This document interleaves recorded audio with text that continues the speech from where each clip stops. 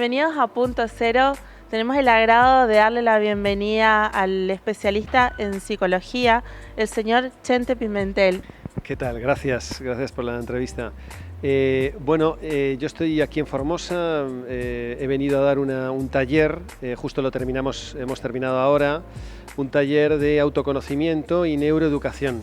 Era un reto para mí poder juntar poder unir estos dos conceptos de autoconocimiento y neuroeducación. Hace un tiempito habías vuelto ya a la Argentina, no es tu primera vez, ¿no? ¿Qué te trajo por acá? Sí, yo doy formación, paso tiempo en España y tiempo aquí en Argentina y bueno, normalmente lo que vengo a hacer son, sobre todo trabajo con profesionales o doy cursos a profesionales y también en el mundo de la educación estaba dando una diplomatura en neuroeducación y bueno, doy muchos cursos de estimulación cognitiva y de autoconocimiento.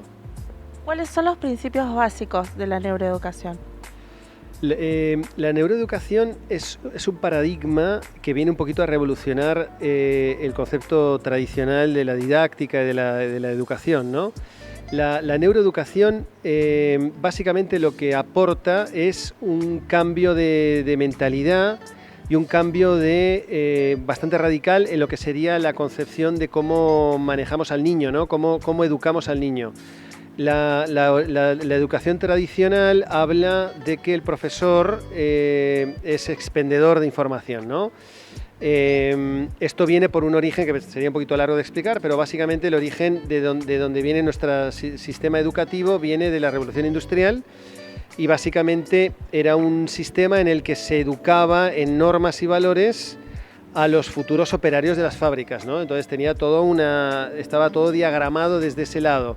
Hoy en día los millennials, nuestros alumnos, viven en una realidad totalmente distinta a la sociedad de la Revolución Industrial y evidentemente este sistema nos sirve. ¿Qué es lo que se está proponiendo desde la neuroeducación y desde el conocimiento del cerebro y desde todo lo que aporta la neuroeducación? Lo que se está proponiendo ahora es que el factor humano, el factor del docente, ya no sea un mero expendedor, sino sea un desarrollador de habilidades de los chicos. Es decir, la información ya está en la red, la información está en Internet. Y lo único que tiene que hacer el profesor, que no es una tarea menor, es muy importante, es desarrollar todas estas capacidades de atención, de filtro de información, de memoria, de toma de decisiones, es decir, desarrollar todos los hitos cognitivos para que los alumnos puedan manejar toda esta información que es tan grande, ¿no? Claramente es como que hace hincapié en el desarrollo de la educación desde otro lugar, ¿no? Claro, desde las competencias, no desde los saberes, sino de las competencias, es decir, desarrollar las habilidades de los niños para poder manejarse en este mundo, que es un mundo con muchos retos, nos viene un futuro con muchos retos y que es muy distinto al mundo que encontraron los niños de hace 150 años, ¿no? Más o menos hoy estabas hablando de la diferencia entre reflejo y emoción. ¿Qué tenés para explicarnos en cuanto a eso? Sí, el nexo, yo manejo, o sea, para mí muy importante es el concepto de la emoción. La emoción, a diferencia de otros hitos cognitivos o de otras capacidades humanas o habilidades humanas, la emoción se desarrolla de muy temprana edad y se puede aprender a manejar la emoción. Me preguntaban hoy en el curso, los niños nacen con miedo y ahí quizás también viene la pregunta tuya, ¿no? ¿Qué diferencia por qué los niños, o si los niños nacen con miedo, sin miedo o no? Los niños, el miedo se aprende, el miedo es una reacción, es una emoción que se aprende. Lo que sí que nacemos son con reflejos que luego se van perdiendo. Esto viene en nuestro código genético, en nuestro ADN, ¿no? O sea, los reflejos, el reflejo de amor, el de aprensión, el reflejo de estabilidad, todos esos reflejos, el reflejo del niño que se acerca al vacío y tiene miedo, no es miedo exactamente, es un reflejo, que eso poco a poco se va perdiendo, y a partir de ahí esos reflejos se van sustituyendo por emociones. ¿De qué manera se desarrolla actualmente en el sistema social la neuroeducación? Y se está implementando en todo el mundo, a diferentes velocidades, en diferentes contextos. Argentina hizo un avance muy importante que quedó un poquito paralizado, que fue lo de Conectar Igualdad, que eso fue un avance muy importante para la neuroeducación, porque realmente la neuroeducación, ¿cuáles son los pilares de la neuroeducación? Los pilares de la neuroeducación son lo que se ha descubierto del cerebro por parte de la neurociencia, lo que aporta la psicología y concretamente las artes terapias, ¿bien? Luego, y también la programación neurolingüística y otras terapias de nueva generación que también aportan cosas a este paradigma. ¿Qué más cosa? La estimulación cognitiva. Todo lo que la neurociencia ha hablado sobre la neuroplasticidad, es decir, cómo el cerebro se hace a sí mismo. Bueno, pues esto, cómo se desarrolla con la estimulación cognitiva. Entonces, cómo estimulamos las habilidades atencionales, cómo estimulamos la memoria, cómo estimulamos todo esto, ¿no? Es el caso de España. España, el año pasado, inició ya una vía de doble velocidad en la que por un lado están las escuelas tradicionales y por otro están las escuelas que se están aplicando la neurodidactica. Allá se llama neurodidactica y tal.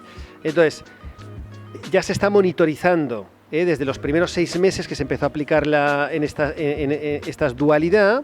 Ya se ha visto y se han evaluado los chicos que empezaron en las escuelas tradicionales y los chicos que han empezado con neurodidáctica, y ya se han evaluado a los 6 meses y ya se ha visto una diferencia de un 20% en el crecimiento, en el desarrollo. Se han medido los crecimientos educativos o los desarrollos de las dos poblaciones, y se ha visto que ya en tan solo 6 meses el avance de la neurodidáctica, la neuroeducación, aporta un 20% de crecimiento superior a la tradicional, en tan solo 6 meses. Imaginaros lo que va a ser en años, ¿no? En aplicación ya consistente.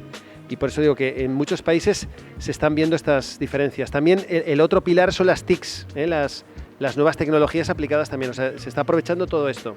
Y el coaching vocacional. Hoy hablaba específicamente, además de la neuroeducación, del autoconocimiento, ¿no es cierto? Sí. ¿Cómo van de la mano estas dos disciplinas? Sí, el autoconocimiento viene hay como dos puentes o dos cosas que unen esto que hemos hablado de la emoción, como yo ya desde chiquitito puedo manejar, puedo enseñar, puedo ir motivando para que los niños vayan manejando ese concepto que es la emoción, que es muy importante para la formación de la personalidad. Es un ingrediente bastante importante, no el único, pero muy importante. Y luego el otro nexo que nos une con el autoconocimiento es el coaching vocacional, que lo he dicho así un poquito por encima antes.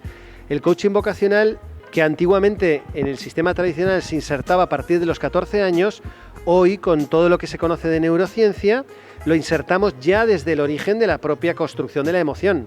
No nos esperamos a que los niños construyan su personalidad, lo insertamos ya desde antes y les vamos ya reconstruyendo esto del coaching vocacional, que llevaría un poquito de tiempo a hablar, pero bueno, básicamente habla de que no es lo que yo como psicólogo le digo a un niño lo que tiene que hacer porque ha puntuado tal y tal cosa en un test, sino le digo al niño o al adolescente, le digo qué es lo que quieres hacer y yo te voy a acompañar y te voy a ayudar a que lo hagas, siempre que tengas unas cualidades mínimas, ¿no?, para hacerlo. Clarísimo, entonces, Chente Pimentel.